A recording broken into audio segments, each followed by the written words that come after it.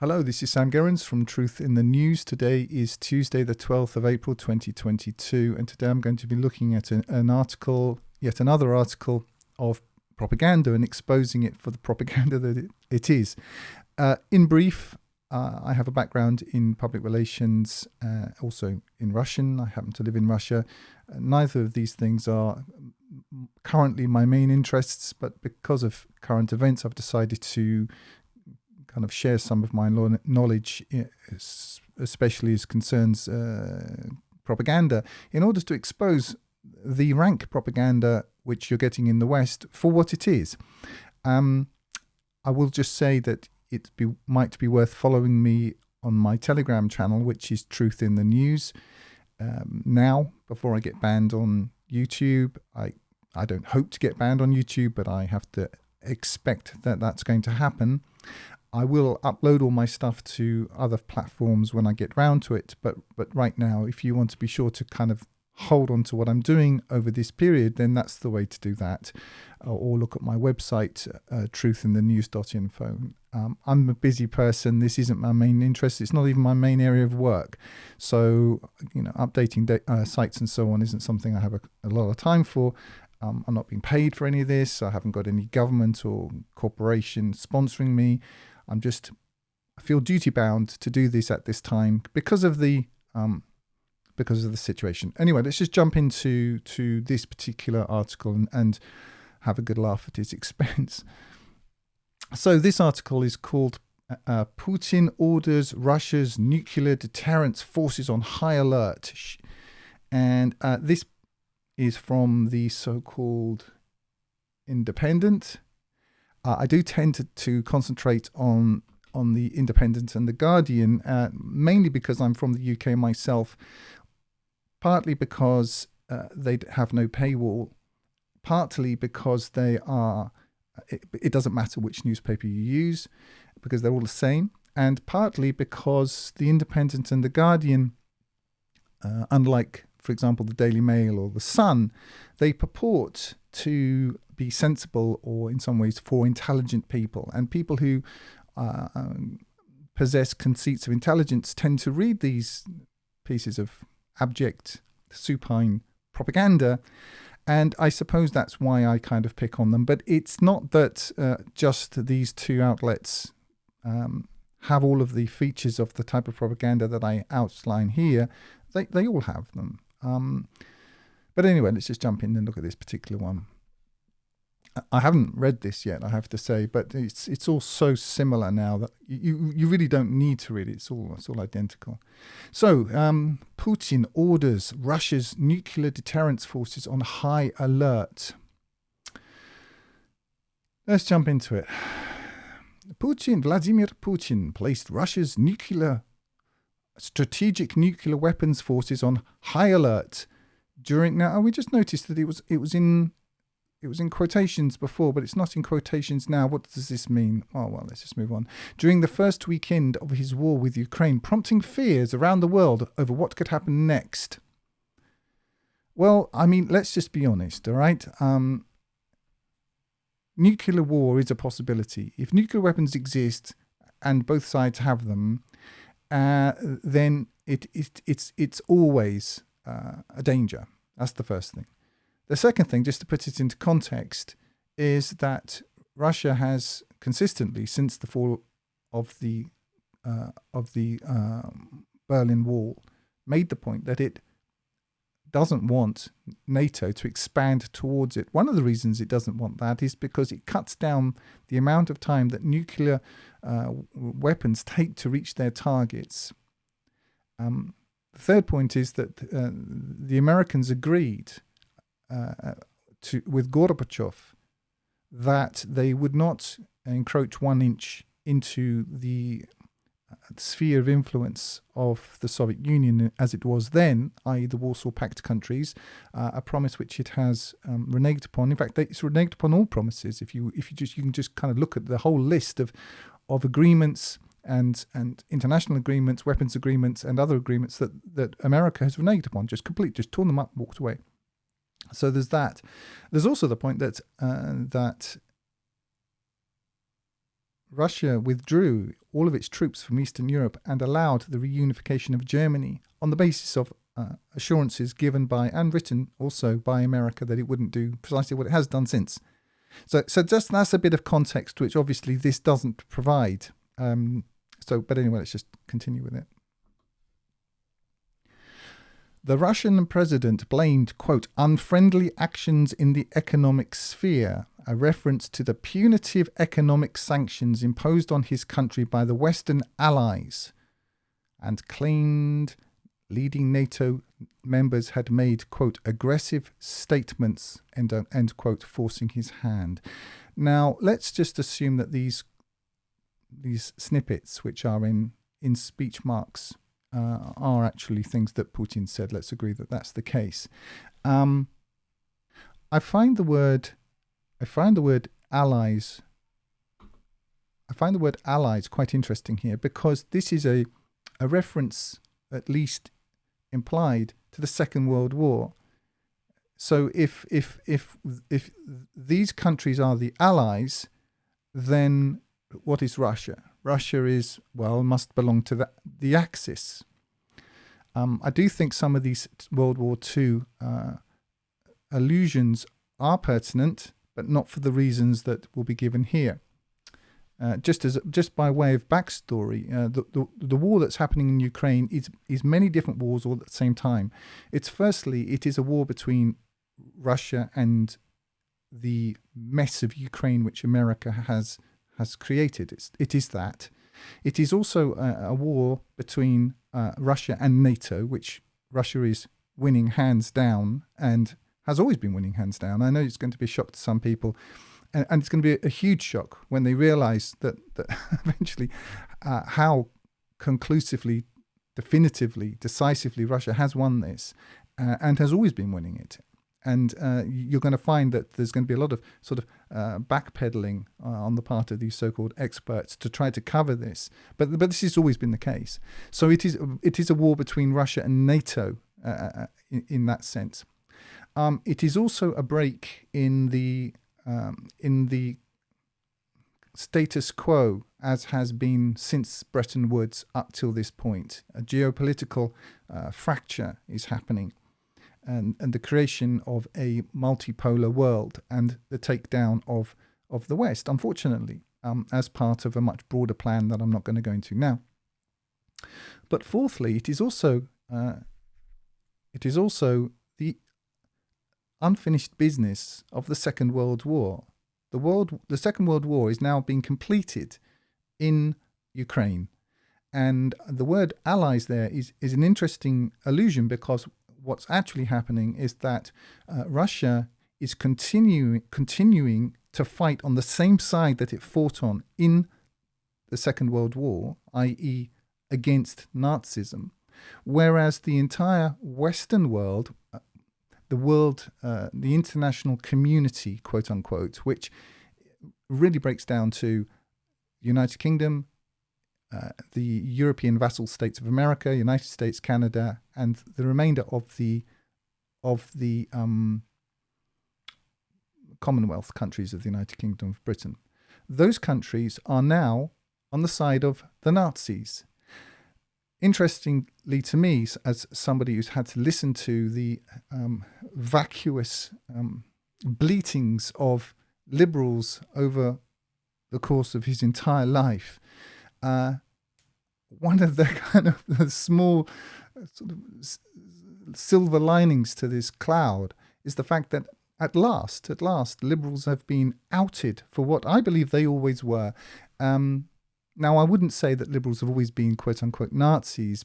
I don't believe they have. I don't believe they have any integrity. I don't believe they have any central kind of core to themselves at all. I think they are what they call them? Non-player characters. They NPCs. They don't have any overt process that I would understand as being that translates into honor or integrity or any kind of principle. They are weak, abject non-characters. The kind of people who, if actually that would certainly, and I've always thought this, I've thought this for years, if they had grown up in Nazi Germany, these are the people who would be Nazis. And now this proven to be the case. It's proven to be the case. The people now crying into their cornflakes over the sufferings of the Ukrainians. These are precisely the people who would have been lining the streets and shouting Sieg Heil as Hitler went past in his open-top Mercedes-Benz. Precisely these people. Why do I know this for a fact? Because they are incapable of independent thought now. They would have certainly been incapable of independent thought then. This is the constant. They're the same people who would have been, put them in any society. They are simply, I think in oil painting, I don't remember what it's called, but you have this stuff that it has no color of its own, but it just takes the pigment and of whatever paint you add to it. That's what these people are. They have no inherent color. So let's just get back to the point in hand.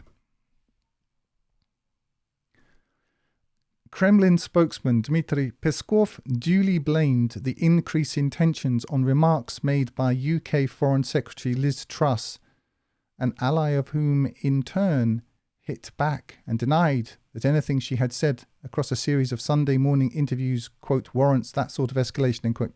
Now, escalation, this is a war situation. And I covered a piece the other day to do with the death of Vladimir Zhirinovsky, whose funeral Putin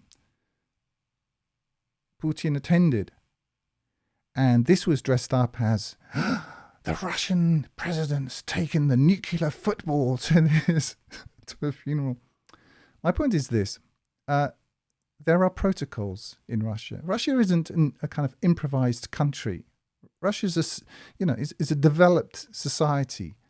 And in the Russian military, and if you want to know about the Russian military, listen to Scott Ritter.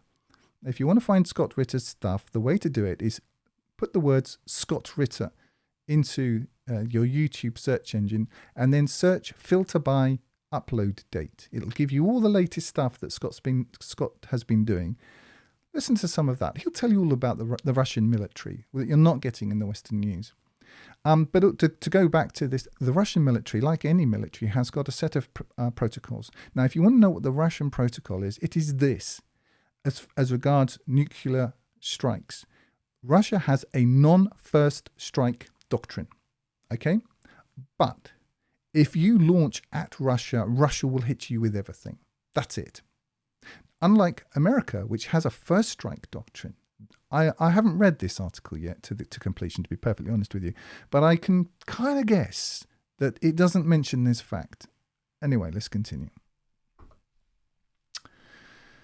3 weeks on, Russia's invasion continues at a much slower pace than Mr. Putin appears to have anticipated due to the resilience and courage of the Ukrainian people. All right, let's just kind of unpack this piece of doggerel. As Scott Ritter will say, if you listen to him,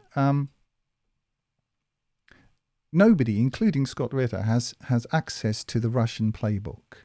Now, who knows what Mr. Putin anticipated or did not anticipate with regards to the course of the events of what he calls a special military operation in Ukraine.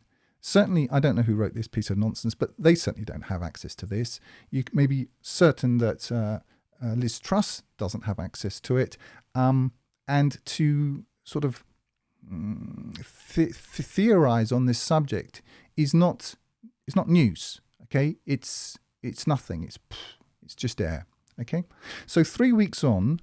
Hold on, give me a second. 3 weeks on, Russia's invasion continues at a much slower pace than Mr. Putin appears to have anticipated, due to the resilience and courage of the Ukrainian people. This is a non sequitur. This is an ascribed conclusion which does not follow from the kind of the original postulate. This is a value sort of injected into the narrative, which doesn't grow out of it. It isn't a natural conclusion. It is a piece of propaganda, and this is really what I'm just pointing out. if you follow my stuff kind of more broadly, I say, and there are only about eight, maybe 10 of these strategies, mechanics, kind of logistics that propaganda employs in order to guide people to completely erroneous conclusions whilst giving them an impression of gaining knowledge. This is an impression of knowledge. This is based in feelings. There are no facts here, nothing that you can do anything with. Anyway, let's just kind of carry on. The courage of the Ukrainian people who have stood tall and fought bravely as their cities from Kiev to Kharkov and Mariupol have been remorselessly and indiscriminately shelled. Okay, remorselessly and indiscriminately shelled. I'm not going to address the factual inconsistencies or incorrectnness here. Again, look up Scott Ritter. Look also for Colonel Doug Macgregor. Again, on the same basis on YouTube, sort by results, by upload date. You'll see why this is factually incorrect. I'm not so interested in that. I'm more interested in sort of identifying what's being done to you. Okay. Now, what's really happening in this piece of tosh is that you're being given an impression that is not based on facts but appears to be, who have stood tall and fought bravely. Now, we in the UK, this won't apply so much to the United States, but certainly in the United Kingdom, we have a sort of cultural allegiance to the underdog. We're given the idea that there's an underdog, and it doesn't matter for what reason, the underdog always has to be backed. Just to give you some idea of this particular underdog, the underdog in this case being Ukraine, and I will admit, if you balance the armies of Russia and Ukraine, certainly Russia has a superior army and is winning decisively. But this particular underdog, its permanent standing army of 260,000 men, bearing arms, trained to NATO standards. Compare that with the British Army right now, which I looked up on Wikipedia, so it must be true, has a standing army, a permanent army of 80,000 men. Okay, Ukraine also has another 300,000 men bearing arms, reserves, police, border guards, all these other things. So just to put that into some perspective, meanwhile, Russia has sent into Ukraine an army of around 200,000 men. Okay, just to give you some, those numbers are changing somewhat. Obviously, Ukrainians are being wiped out in very large numbers, which you will learn, I guess, in about a month or so. A certain amount of Russians have been killed also, of course. But whilst they lose some tactical positions strategically, there's no question the war is won. I mean, it is. And also Russians are sending some reinforcements, but these reinforcements won't be front-line soldiers. They will be in the main to hold ground already taken. Anyway, let's just continue with this piece of idiocy. Indiscriminately shelled. Yeah, by whom? Well, actually, let's deal with some of this. Indiscriminately shelled. Russia's policy has been, you see, you have to understand the backstory. Just briefly, this isn't America going in to destroy Serbia. 78 days of indiscriminate shelling and bombing. It isn't America destroying Fallujah or Mosul or any of these places. Indiscriminate bombing. These aren't countries for Russia a long way away, with which Russia's not going to have any business again. These are brother Slavs. And just to give you some sort of perspective, if you come from the United Kingdom, the correlation between Russian and Ukrainians is much, much, much closer to that between the English and the Welsh. Okay, that's the kind of relationship that we're talking about. In fact, I'd say it's even more than that, because whereas the Welsh are predominantly Celts and the English are largely Anglo-Saxons, the Russians and the Ukrainians, when I'm talking about Ukrainians, I'm talking about Ukrainians, Central Ukrainians, not the Western part. They're Slavs. So that gives you some sort of perspective of this. Russia has no interest in indiscriminately bombing anyone. If Russia were in the business of indiscriminately bombing Ukraine, this would have all been over on the 25th of February. Mariupol look up, what's his name? Lawrence. I'm blanking on his first name. I don't know why. Patrick Lawrence. Look up Patrick Lawrence on YouTube and find out what he says about what's going on in Mariupol. He's actually there. He's not living in some sort of,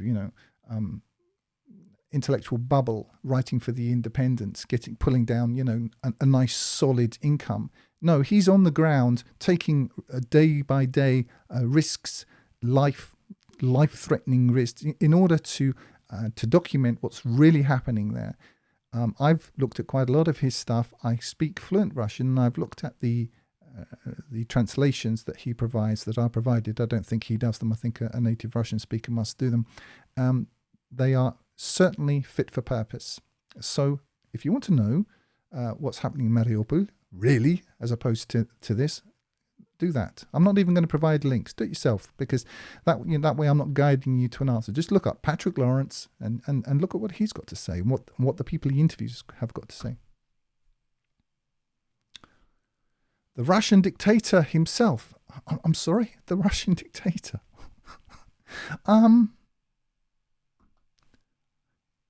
Can you not see how inferior this propaganda is? A Russian dictator. Putin isn't a dictator, and I'm not like a pro-Putin person. He's not my main interest. I happen to live here, but to say that Putin is a dictator isn't correct. I know that you're told that, but we have, if you believe in democracy and all of that, which is a subject I'm going to leave to one side. I'm just going to assume that people listening to this have a sort of sentimental attachment to this notion.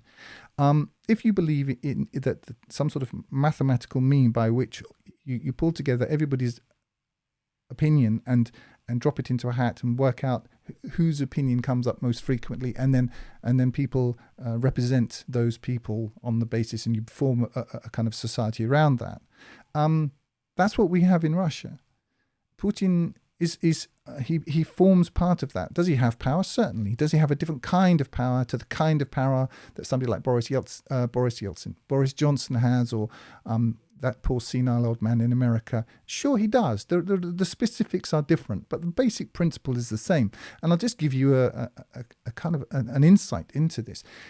Not only are these sanctions against Russia not going to work, they've actually had the effect of, which I have to assume was really the intention at the meta level, not obviously at the sort of operational level, of uniting the Russians in a way that I, in 20 years of living in Russia and 30 years of being connected with it, I've never seen in my life.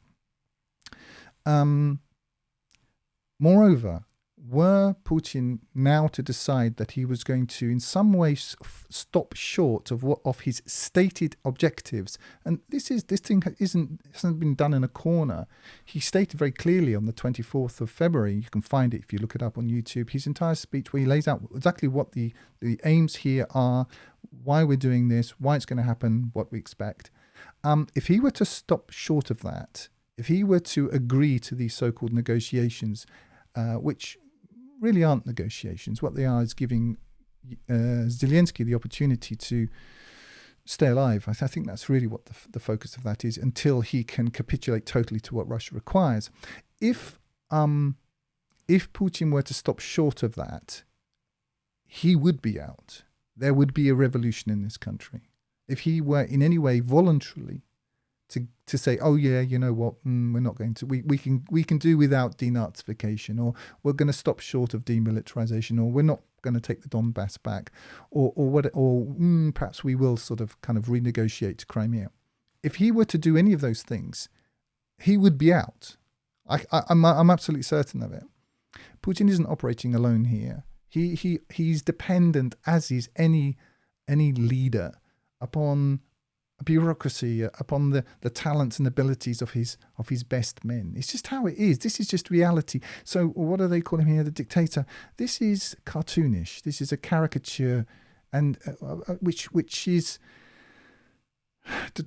what I'm trying to say is this particular newspaper, what's called The Independent, is designed for people who like to think of themselves as intelligent, and yet they're being asked to swallow a form of propaganda which is very, I would say, very, very primitive. Let's call it that at least. To continue, the Russian dictator himself now cuts an increasingly belligerent and isolated figure. Well, according to whom? Seemingly prepared to resort to anything to secure the victory he craves.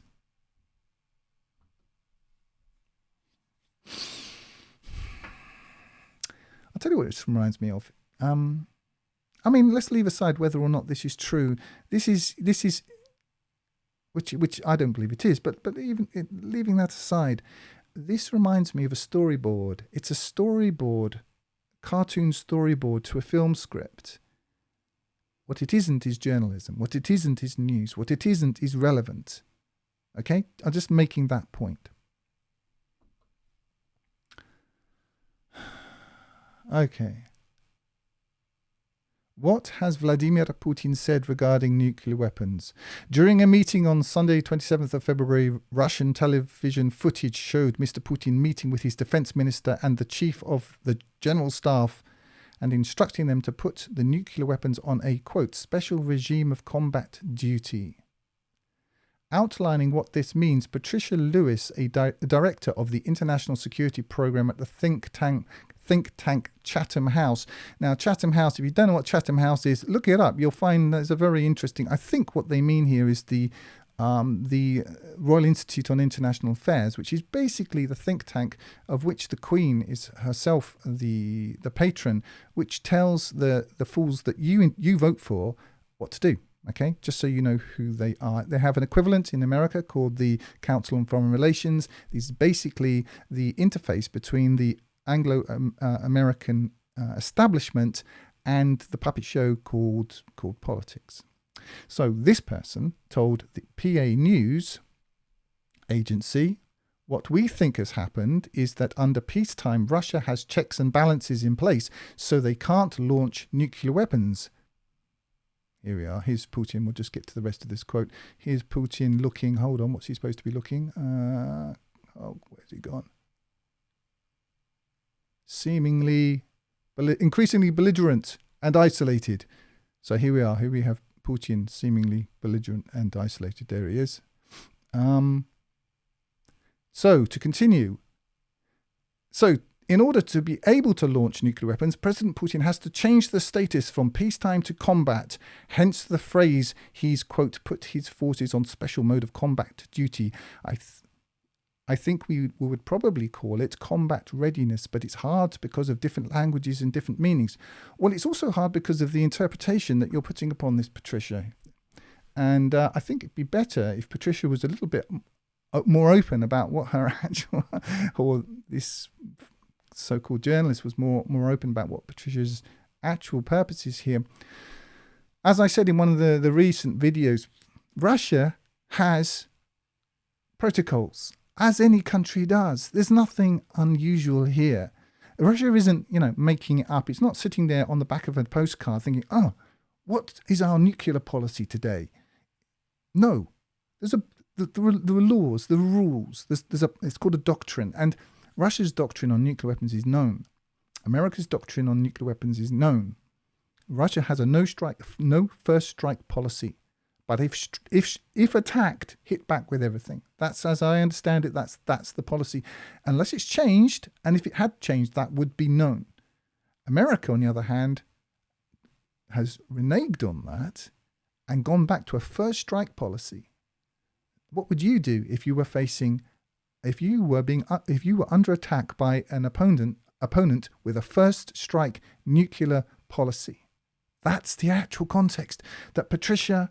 Well, we understand where Patricia's on, her allegiances lie. But this so-called journalism is missing this really, really central piece of what's called context. And without this, you don't understand what's happening. You can't understand the rest of what's going on. Anyway, let's just continue. I hope there's not too much of this because it's so dull. Okay. Quote, what he seems to have done is created the legal platform to be able to launch if he wishes, she added. What she's implying is that Putin's making it up as he goes along. This is not the case. He couldn't if he wanted to. if you'd like to just a piece of context about the whole dictator thing. Now, there was a lot of speculation prior to February 24th on whether or not Putin was going to attack Ukraine. Now, it would be quite obvious and quite clear that he wasn't, up to a certain point at least, for the very simple reason that this decision hadn't been cleared by the Duma. We have a process here. Putin is as subject to this process as anyone else in this country. I'm not saying he doesn't have a ton of power. Of course he does. But he's not a dictator in this cartoon sense. He can't just decide to invade a country because, oh, yes, I think I will invade Ukraine today. It doesn't work like that. And if he began to operate in that way, how long do you think the people upon whom he depends to stay in power, how long do you think they would let this happen? What I'm trying to say to you is this presentation of Putin is cartoonish. It's designed for very stupid children. Anyway, let's carry on. Deputy President General of RUSI, Professor. Oh, it's a professor. Now this will be an appeal to authority. Said that wording had not been used before, so it is not, quote, entirely clear, end quote, what was meant. Yeah, maybe not. But what is entirely clear is that Russia has a doctrine, a military doctrine, in which circumstances nuclear weapons may or may not be used. Like any country, we've all seen, Red October or whatever it is. There's DEFCON 1, DEFCON 2, DEFCON 3, whatever it is. Putin isn't making this up. He's saying, okay, we were at level 3, let's go to level 4. And is this so complicated?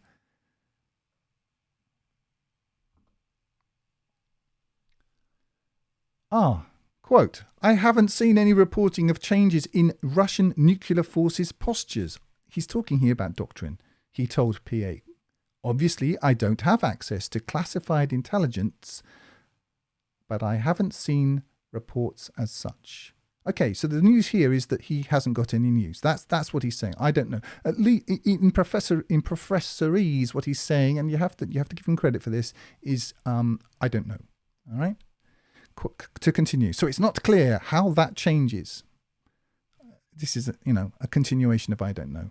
It may be something to do with the particular authorization mechanisms between the president and nuclear forces, or it may be nothing at all.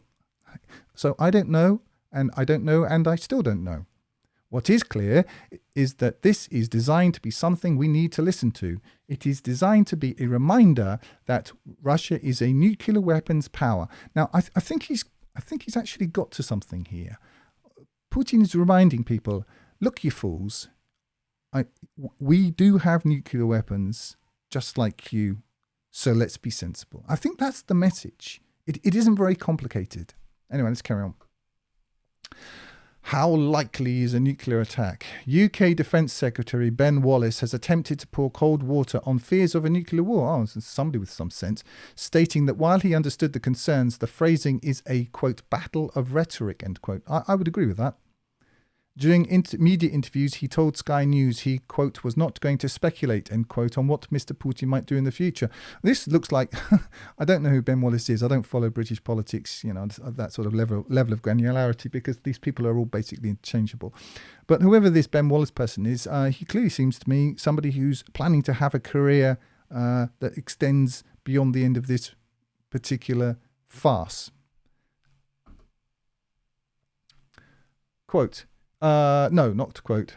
Later on, he told BBC Breakfast, quote, we don't see or recognise in the sort of phrase or the status he described as anything that is a change to what they have currently as their nuclear posture. Well done for that. So actually it means nothing at all. Let's just continue. We've got a map of a NATO map. This is predominantly about Putin putting it on the table just to remind the world that he has a deterrent. Yeah, I would agree with that. We do not do anything to escalate in that area. We will not do anything to feed any miscalculations. We take it very, very seriously. But at the moment, this is a battle of rhetoric that President Putin is deploying, and we just have to make sure we manage it properly. I would agree with that bit. Tom Tugendhat, chairman of the Foreign Affairs Committee. I don't know what that is, but if it's in any way related to the Council on Foreign Affairs, then that has certain consequences. Meanwhile, stated that Russia sees battlefield nuclear weapons as simply a, quote, a bigger bang, end quote, and could give a military order to use them. Now, just to put this into some perspective, there are nuclear weapons and nuclear weapons. And what this person is talking about is tactical nuclear weapons, small ones used to achieve certain aims. America has used, depleted uranium in its wars in Iraq, for example. So it's a matter of it's a blurry line, okay? And this person is correctly making those sorts of distinctions. Let's continue. Some experts, just as a broader point, when you read propaganda, you'll come across experts.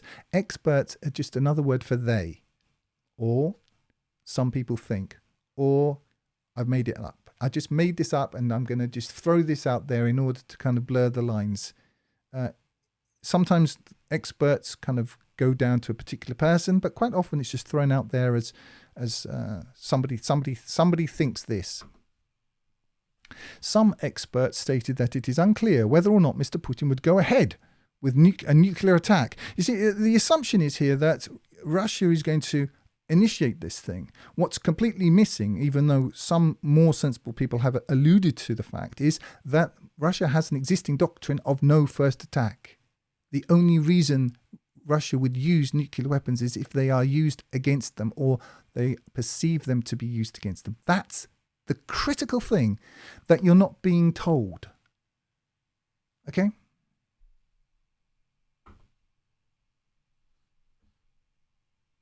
While others quashed the possibility, stating that the mutual destruction would be too great.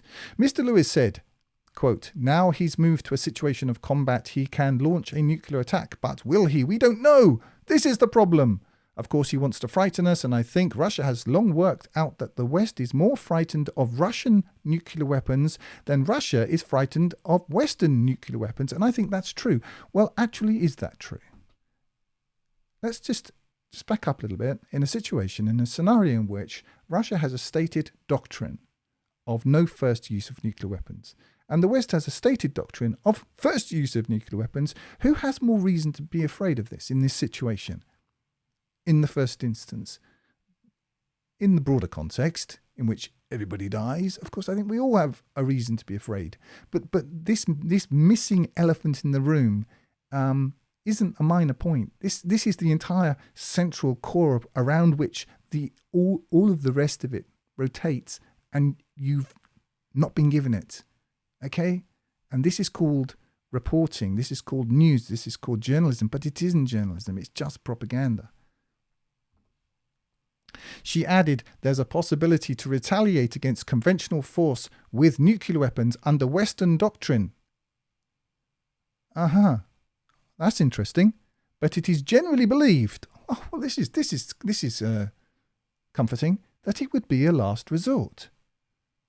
Well, they slipped that one in there. I'm quite surprised it's even there. There is a possibility to retaliate against conventional force with nuclear weapons under Western doctrines. What she's telling you here is what I've been saying all the way through this. I didn't read this before I started. What she's saying is, we can strike first, but they can't. But it is generally believed that that would be a last resort. I hope you're sleeping well, knowing that it's generally believed. I think there's been a sense over the last decade that Putin, along with North Korean leader Kim Jong-un and Donald Trump, are people who could have just launched a nuclear weapon. A sense amongst whom? Oh, amongst people who read this kind of tosh.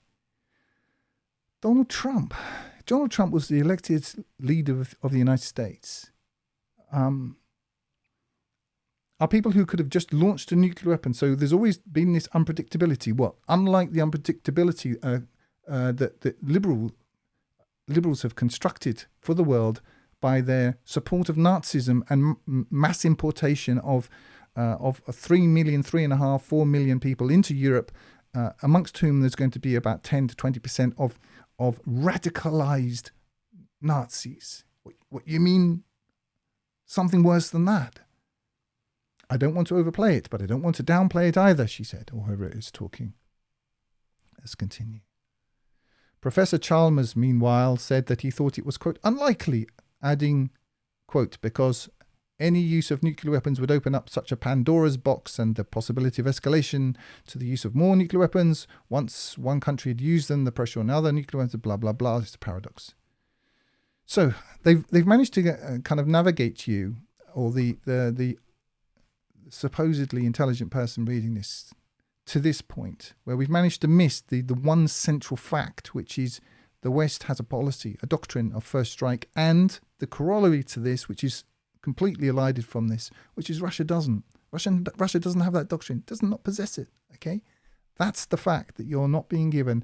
So now we're going to get to what could happen in a nuclear attack. I don't know how difficult that's going to work out, but let's just go through it quickly.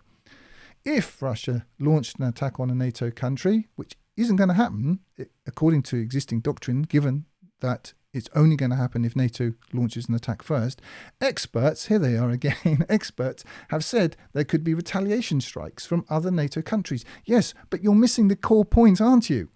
Prompting a conflict which Professor Chalmers,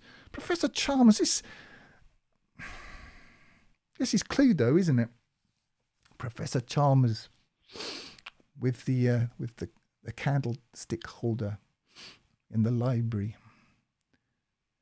This is such incredible tosh. I can't believe that I have not the role, but that there is the possibility that somebody like me can come along and just mine these endless seams of propaganda, and that people actually find this interesting.